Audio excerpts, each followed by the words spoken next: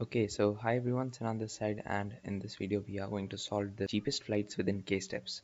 Right, there are n cities connected by some number of flights. You are given an array flights where flights of I from I to and price indicates that there is a flight from city from to and the cost with price. You're also given three integers: source, distance, and k. Return the cheapest price from source to destination with at most k stops. If there is no such route, return -1. Basically, if k is 1, I can take only one, right?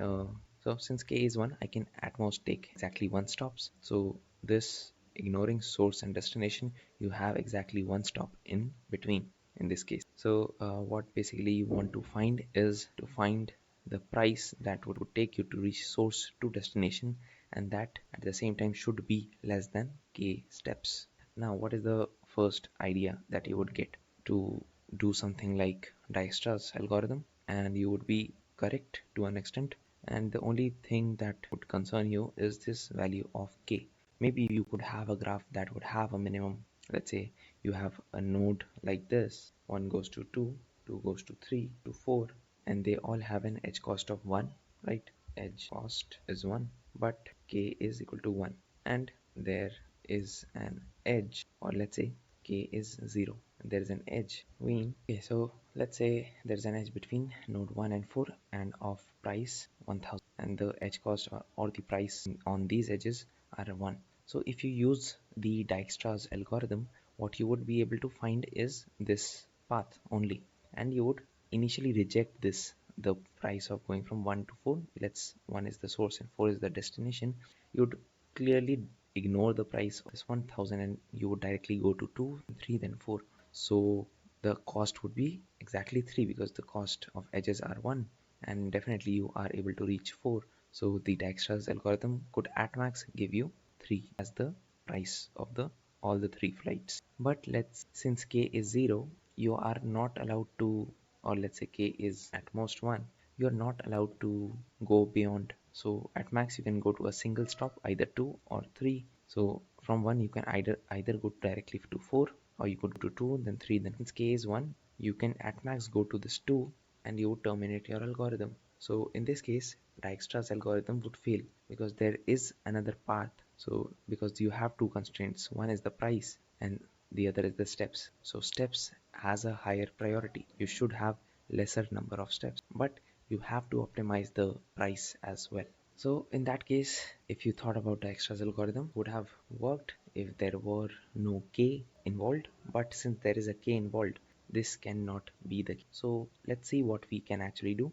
Rather than Dijkstra's algorithm, in which we use the priority queue, we would just use a queue data structure. Now what I would do is, given the list of flights, first I would construct the adjacency list so that it's easier for the graph traversal than when I do the normal the breadth first search approach. What I do is I create a queue and a vector of prices. Now this is something that is similar to what we did in Dijkstra's algorithm. This is something that we used in the standard BFS. So there's a mixture of those two. So now what I do is I push this, and now what does this 0, 0 and source mean? So this is the node. This is the number of intermediate airports that we stayed on, and this is the price. That so you can change the order, that's not important. Took it like this. So you take out the topmost element. First of all, I push, so the price is 0. If my source and destination is the same city, my price would be the 0.